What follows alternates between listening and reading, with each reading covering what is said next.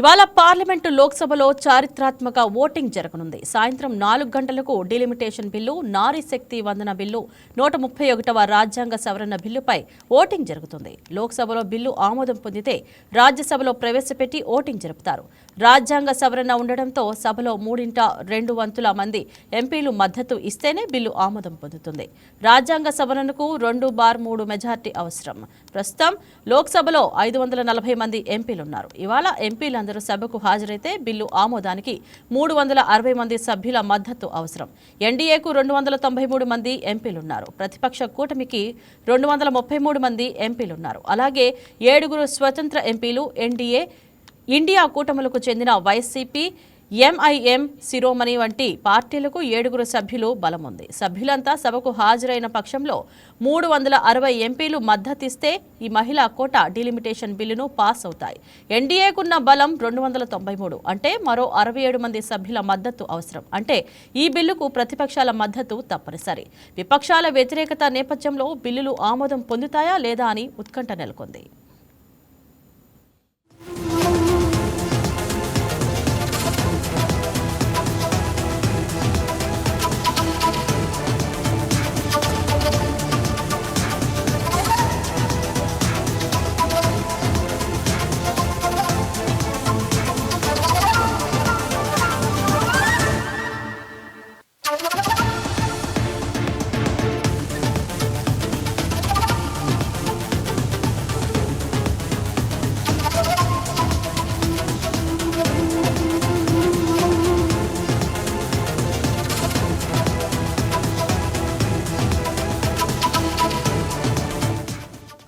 ఇదే అంశం గురించి మా ఎగ్జిక్యూటివ్ ఎడిటర్ శ్రీనివాస్ ఫోన్లో సిద్ధంగా ఉన్నారు. గుడ్ మార్నింగ్ శ్రీనివాస్, చెప్పండి, ఒకవేళ ఈ బిల్లు లోక్సభలో ఆమోదం పొందితే రాజ్యసభలో పరిస్థితి ఎలా ఉండే అవకాశం ఉంది?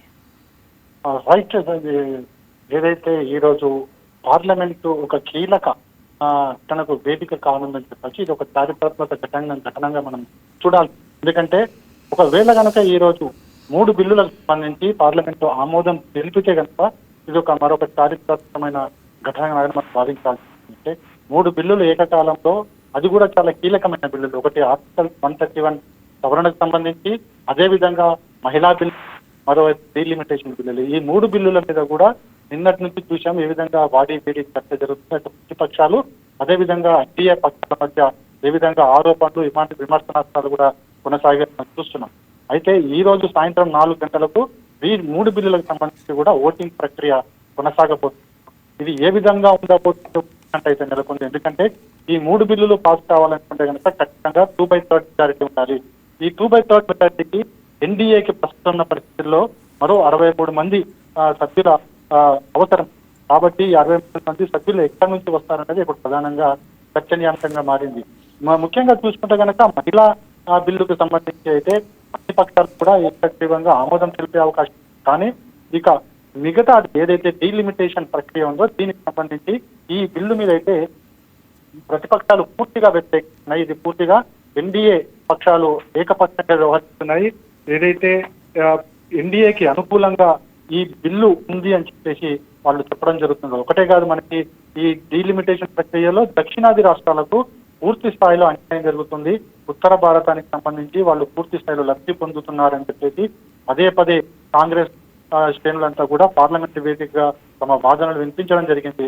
ముఖ్యంగా తెలంగాణకు సంబంధించి రేవంత్ రెడ్డి కావచ్చు, తమిళనాడుకు సంబంధించిన స్టాలిన్ కావచ్చు, వీళ్ళంతా కూడా ఒకే వేదిక మీదకి రావడము, దక్షిణాది రాష్ట్రాలకు సంబంధించి ఎన్డీఏ ప్రభుత్వం డీలిమిటేషన్ తో అన్యాయం చేస్తుందని చెప్పేసి పదే చెప్పడం జరిగింది. ముందు నుంచి కూడా ఇండియా కూటమి ఏదైతే ఇండియా కూటమి కూడా దీనికి సంబంధించి పూర్తి వ్యతిరేకత. ఏదైతే డీలిమిటేషన్ ప్రక్రియ మొత్తం కూడా ఎన్డీఏకి అనుగుణంగా ఏదైతే జరగాల్సిన విధంగా కాకుండా పూర్తిగా వ్యతిరేకంగా జరుగుతుందని చెప్పేసి ఇండియా కూటమి అనేక సార్లు వేదిక మీద చెప్పడం జరిగింది. రాహుల్ గాంధీ కావచ్చు, అదేవిధంగా సోనియా గాంధీ కావచ్చు, ప్రియాంక గాంధీ కావచ్చు, అదేవిధంగా మల్లికార్జున ఖర్గే కావచ్చు, ముఖ్య నేతలందరూ కూడా పార్లమెంట్ లో తమ వాదనలు వినిపించారు. ఈ బిల్లుకు తాము వ్యతిరేకిస్తున్నామని చెప్పేసి పదే చెప్పడం జరిగింది. అయితే నిన్న జరిగిన చర్చల్లో మనం చూసాం అనేక కోణాలు, ఒక్కొక్కరు ఒక్కొక్క విధంగా ఈ వ్యతిరేకించడము. అయితే బిల్లుకు సంబంధించి ఏ విధంగా లబ్ధి చేకూరబోతుంది అనేది కూడా ఎన్డీఏ పక్షాలు చెప్పడం జరిగింది. ముఖ్యంగా ఏదైతే దక్షిణాది రాష్ట్రాలకు అన్యాయం జరుగుతుందని చెప్పేసి కాంగ్రెస్ పక్షాలు చెబుతూ వచ్చాయో అది ఎట్టి పరిస్థితుల్లో జరగదు. ఖచ్చితంగా దక్షిణాది రాష్ట్రాలకు ఏ విధంగా న్యాయం జరుగుతుందో ఉత్తరాది రాష్ట్రాలకు కూడా అదే విధంగా ఉంటుంది. ఇక్కడ ఎవరిని కించపద్ధతిగా ఎవరి వైపు పట్టపద్ధతి లేదని చెప్పేసి ఎన్డీఏ మిత్రపక్షాలు చెప్తూ ఏదేమైనప్పుడు కూడా నిన్నంతా కూడా పార్లమెంట్ లో బాడీ చర్చ జరిగింది. మరి కొద్దిసేపట్లో పార్లమెంట్ సమావేశం కాబోతుంది. ఈ 3 బిల్లుల మీద కూడా కీలకంగా చర్చించబోతున్నారు. ప్రధానంగా ఈ డీలిమిటేషన్ ప్రక్రియ సంబంధించి ప్రధానంగా చర్చ జరగబోతుంది. శ్రీనివాస్, సభలో ఎంతమంది ఎంపీలు హాజరైతే 360 ఓట్లు అవసరం అవుతాయి? ఈ గ్యాప్ ని ఎలా భర్తీ చేసే అవకాశం ఉంది? ఇప్పుడు ప్రధానంగా ఎన్డీఏ కూటమి మధ్య ఉన్నది పెద్ద సవాల్ ఇదే అనుకోవచ్చు. ఎందుకంటే 2/3 మెజారిటీ ఉంటేనే ఏ బిల్ అన్నా పాస్ అవుతుంది. ప్రస్తుతం మనం చూసుకుంటే కనుక ఎన్డీఏకి సంబంధించి అదే విధంగా ఇండియా కూటమికి సంబంధించి చూసుకుంటే కనుక ప్రస్తుతం ఆ బిల్లు పాస్ కావాలంటే మనకి 365 స్టేట్ సభ్యుల మద్దతు అవసరమవుతుంది. కానీ ప్రస్తుతం చూసుకుంటే కనుక 69 సభ్యుల అవసరం ప్రస్తుతం ఎన్డీఏ కూటమికి అవసరం ఉంది. కానీ మరోవైపు చూసుకుంటే కనుక ఇండియా కూటమికి 187 మంది సభ్యులు ఉన్నారు, ఇతరులు 63 మంది ఉన్నారు. ఈ ఇతరులకు సంబంధించే ఇప్పుడు ఎన్డీఏ కూటమి ఏం చేయబోతుంది అనేది చూడాలి. ఎందుకంటే ఈ బిల్లును పాస్ చేసుకునేందుకు అమిత్ షా రంగంలో దిగారు. ప్రతిసారి కూడా ఎన్డీఏకి సంబంధించి ఏ విధమైన బిల్లులు పార్లమెంట్ లో ప్రవేశపెట్టినా ఈ తరహా అడ్డంకులు వచ్చినప్పుడు దీనికి ట్రబుల్ స్ట్రైకర్ గా మనకి అమిత్ షా పాటిస్తున్నారు. సో అమిత్ షా రంగంలో దిగబోతున్నారు. అమిత్ షా మొత్తం చక్రం తిప్పబోతున్నారు. ఇప్పటికి కూడా బీజేపీ సభ్యులు ఒక ధీమాత అయితే ఉన్నారు. శ్రీనివాస్, స్వతంత్ర ఎంపీలు మరియు చిన్న పార్టీల పాత్ర ఈ ఓటింగ్ లో ఎంత కీలకంగా మారింది? ఈ ఓట్లు ఖచ్చితంగా పార్టీలు మనకి చూసుకుంటే కనుక వైసీపీ కావచ్చు, అదేవిధంగా దక్షిణాది రాష్ట్రాల చిన్న పార్టీలు కావచ్చు, అదేవిధంగా ఉత్తర భారతంలో 1-2 ఎంపీ ఉన్న పార్టీలు కావచ్చు, అవన్నీ కూడా ఈ ఓటింగ్ లో చాలా కీలకంగా ఉన్నాయి. అందుకోసమే ముందుగా అమిత్ షా ఆ చిన్న పార్టీలు ఏవైతే ఉన్నాయో వైసీపీ కావచ్చు, అదేవిధంగా ఒరిస్సాలోని ఇతర పార్టీలు కావచ్చు, అదేవిధంగా మిజోరాం, సిక్కిం లాంటి రాష్ట్రాలు కావచ్చు, అక్కడ ఉన్న 1-2 ఎంపీ స్థానాలు, పుదుచ్చేరి లాంటి ప్రాంతాల్లో 1-2 ఎంపీ స్థానాలు, అలా ప్రతి ఒక్కరిని కూడా అమిత్ షా వార్తాపత్రికగానే మాట్లాడడం జరిగింది. అయితే ఇప్పుడున్న పరిస్థితి నేపథ్యంలో 2/3 మెజారిటీ అంటే కనుక పార్లమెంట్ లో ఉన్న సభ్యుల సంఖ్యకి 2/3 మెజారిటీ ఉండాలి, మొత్తం సభ్యుల సంఖ్య కాదు.